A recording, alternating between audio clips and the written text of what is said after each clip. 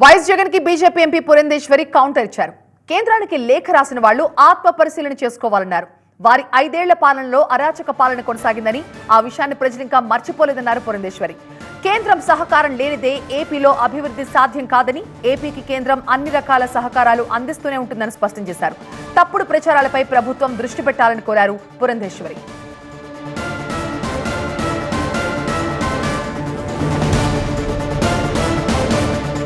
వారిని ఒకసారి ఆత్మ పరిశీలన చేసుకోమని చెప్పి నేను చేస్తున్నటువంటి అభ్యర్థన.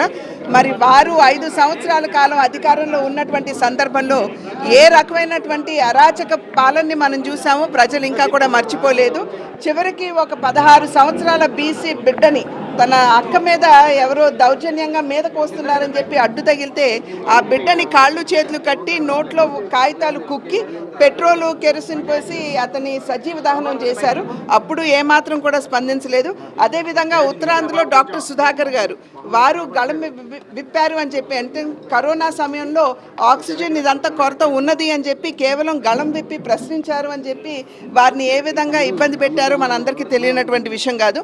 చివరికి లోకల్ బాడీ ఎలక్షన్స్లో అభ్యర్థులు వారి నామినేషన్ ఫైల్ చేయడానికి వెళ్ళినటువంటి సందర్భంలో వారి చేతిలో ఉన్నటువంటి నామినేషన్ పత్రాలు వైఎస్ఆర్సీపీ నాయకులు లాగేసి చించేసి మరి కత్తులతో సైతం నెల్లూరులో భారతీయ జనతా పార్టీ ఒక మహిళా కార్యకర్త మీద కత్తితో దాడి చేసి ఆవిడ్ని కూడా గాయపరిచినటువంటి విషయం ప్రజలు ఇంకా కూడా మర్చిపోలేదు.